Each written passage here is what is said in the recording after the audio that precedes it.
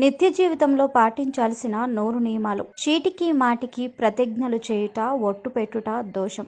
నిలబడి కానీ, అటూ ఇటూ తిరుగుతూ కానీ అన్నం తినడం వలన క్రమంగా దరిద్రులవుతారు. రాబోయే జన్మలో బిచ్చగాడు అవుతారు. నోట్లో వేళ్లు పెట్టుకొనుట, గోళ్లు కొరుకుట చేయరాదు. దేవాలయ ప్రాంగణంలో ఉమ్మడం, పొగ తాగడం రెండూ నిషిద్ధాలే. ఆదివారం, శుక్రవారం, మంగళవారం తులసి ఆకులు కోయరాదు.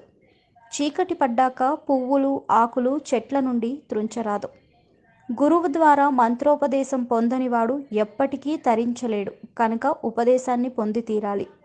చెట్లు, దేవతా విగ్రహాలు ఈశాన్యంలో ఉంటే వాటిని బరువులుగా భావించి తీసివేసేవారు, తీసివేయమని సలహా ఇచ్చేవారు 7 జన్మలు ఉబ్బసపు రోగులుగా పుడతారు. ఈ పనులు చేయుట దైవద్రోహం కనుక చేయరాదు. గురువులకు, అర్చకులకు, పౌరాణికులకు సరిగా పారితోషికం ఇవ్వక వారికి రుణపడేవారు 100 జన్మలు కుక్కలుగా, చండాలురుగా పుట్టి కష్ట నష్టాల పాలవుతారు. శివలింగార్చన ఆడువారు కూడా చేయవచ్చు. ఇంట్లో విగ్రహాలుంటే ఏమీ ప్రమాదం లేదు. పరులకు అపకారం కోరి పూజ చేసేవారికి మాత్రమే నియమాలు. తక్కిన వారికి పూజా విషయాలలో పెద్ద పెద్ద నియమాలు కూడా లేవు. నిద్ర నుండి లేవగానే ముందుగా అరచేతులను దర్శించి వామన నామస్మరణ చేయాలి. పాచిముఖంతో అద్దాన్ని చూసుకొనరాదు. హారతి ఇచ్చాక దేవునిపై నీరు చల్లాలి. హారతి ఇచ్చే పాత్రపై కాదు. తీర్థం తీసుకున్నాక ఆ చేతిని కడుక్కోవాలి తప్ప అరచేతిని తలపై రాసుకోరాదు. స్నానం చేశాక శరీరం తుడుచుకొని తడి పొడి తువ్వాలు కట్టుకొని పూజ చేయరాదు. పూజా మందిరంలో ప్రవేశించరాదు. పూర్తిగా ఆ తుండును తడిపి నీరు పిండి మాత్రమే కట్టుకోవాలి. లేదా వేరే శుభ్రమైన వస్త్రాలు పూజకి ధరించాలి. ఉపవాసం ఉన్నప్పుడు, జాగరణ చేసినప్పుడు పరుల దోషాలు తలచుకోరాదు. శివాలయంలో నందికి దగ్గరగా దీపారాధన చేయరాదు.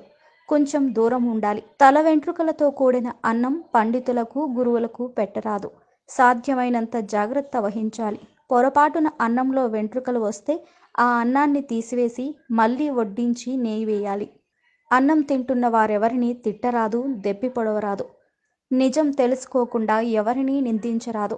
అభాండాలు వేయరాదు.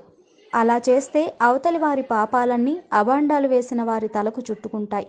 ఇస్తానని వాగ్దానం చేసి దానమివ్వని వాడు 100 జన్మలు దరిద్రుడై పుడతాడు. వాగ్భంగం చాలా దోషం. అన్నం తినేటప్పుడు కంచానికి బాగా దగ్గరగా కూరలు ఉన్న పాత్రలు పెట్టరాదు. మనం తినేటప్పుడు ఎంగిలి ఆ పాత్రలలో పడితే ఆ పదార్థాన్ని మరొకరికి వడ్డిస్తే వాడికి యముడు మలమూత్రాదులు ఆహారంగా ఇస్తాడు. తరచుగా కాలినడకన పుణ్యక్షేత్రాలు దర్శిస్తే మంచి జన్మలు కలుగుతాయి. దీనిని కాయిక తపస్సు అంటారు. గురువునకు ఉపదేశ సమయాలలో కానీ, పురాణాదులు వినేటప్పుడు కానీ పాదాలు ఒత్తితే 7 జన్మల పాపాలు తొలగుతాయి. గురువుగారి బట్టలు ఉతికి ఆరవేసిన వారికి 3 జన్మల పాపాలు తొలగుతాయి. మంత్రోపదేశం చేసిన గురుని ఆజ్ఞ పాటించే వారికి ఏ పాపము అంటదు, పునర్జన్మ కూడా ఉండదు. పవిత్ర నియమము, దీనికి సాటి మరొకటి లేదు. పరాశర సంహితలో ఈ విషయాలున్నాయి. అష్టమి, పూర్ణిమ, చతుర్దశి కాలాల్లో స్వయం పాకం దానం చేస్తే అన్నపానాలకు ఏనాడు లోటుండదు. ఎక్కువ వేడిగా, ఎక్కువ చల్లగా ఉండే పదార్థాలు స్వీకరించరాదు. భోజనం చేసిన వస్త్రాలు ఉతికి ఆరవేయకుండా వాటితో దైవ పూజ చేయరాదు. శవాన్ని శ్మశానం దాకా మోసిన, శవాన్ని ఇంటి దగ్గర ఉండడానికి అనుమతినిచ్చినా నరకానికి పోకుండా స్వర్గానికి పోతారు. గృహప్రవేశ కాలంలో కానీ, ఏడాదిలోపు కానీ ఆ ఇంట మణిద్వీప పారాయణం చేయడం మంచిది. ఇది వాస్తు దోషాలను పరిహరిస్తుంది. భోజనానికి ముందు, అనంతరం కూడా కాళ్ళు కడుక్కోవాలి. సకల పురాణ ఇతిహాస కోవిదుడు కాని వాని వద్ద మంత్రోపదేశం పొందరాదు. పుట్టినరోజు నాడు దీపాలు కానీ, కొవ్వొత్తులు కానీ ఆర్పరాదు. నోటితో అగ్నిని ఊదుట ఘోర పాపం. అటువంటి వారు గ్రహణపు మొర్రితో మళ్ళీ జన్మమెత్తి దుఃఖాలు పొందుతారు. తలకి నూనె రాసుకుని ఆ చేతులతో పాదాలకు ఆ నూనె జిడ్డు పులమరాదు. శుక్ర, శనివారం వంటి వార నియమాలు పెట్టుకున్నవారు హోటలు టిఫిన్లు తినట కానీ, ఆనాటి అల్పాహారాదులలో ఉల్లి వాడుట కానీ నిషేధము. ఇది ప్రయాణ మధ్యంలో ఉన్నవారికి వర్తించదు. చీటికి మాటికి యజ్ఞోపవీతం తీసి పక్కన పెట్టడం, తాళి తీసేస్తూ ఉండడం రెండూ భయంకర దోషాలే. క్రూరుడు, దుష్టుడు కాని మగనితో తాళి కట్టించుకున్న భార్య కాపురం చేయక ఏడిపించటం, చెప్పిన మాట వినకపోవడం, తాళి తీసి భర్త చేతిలో పెట్టడం చేయరాదు.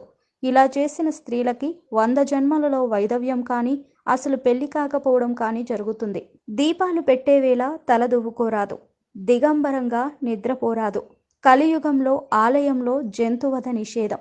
విజయదశమి, శివరాత్రి దినాలలో మాంసాహారం, ఉల్లి పనికిరాదు. ఆచమనం చేసిన నీటిని దైవ నివేదనలకు, అర్చనలకు వాడరాదు. కనుక వేరొక పాత్రలో శుద్ధ జలాన్ని ఈ కార్యాలకు వినియోగించుకోవడానికి తెచ్చుకోవాలి. దీపారాధనకు అగ్గిపెట్టె వాడకూడదని ఏ శాస్త్రాలు చెప్పలేదు. కనుక అగ్గిపెట్టెతో దీపం వెలిగించుకోవచ్చు. దీపారాధనకు ఒక కుంది మాత్రమే వాడినప్పుడు 3 ఒత్తులు వేయాలి. కొబ్బరికాయ కొట్టాక వెనుక వైపు పీచు తీయాలనే నియమం కూడా తప్పనిసరి కాదు. శుభ్రత కోసం పీచు తీయవచ్చు, తీయకపోతే దోషమైతే లేదు. కొబ్బరికాయను నీళ్లతో కడిగి కొట్టడం చాలా తప్పు. కొబ్బరికాయను పీచు వలచివేశాక నీళ్లతో కడగరాదు. మాడిన అన్నం, అడుగంటిన పాయసం, కంపు వచ్చే నెయ్యి ఇటువంటివి నైవేద్యానికి పనికిరావు. ఆలయ ప్రాంగణంలో అర్చకునిపై కేకలు వేయరాదు. అర్చకునిలో దోషముంటే బయటకు పిలిచి మందలించాలి. లేదా మరింత దుష్టుడైన అర్చకునినైతే 3 మాసాల జీతమిచ్చి ఆ పదవి నుంచి తొలగించి వేయాలి.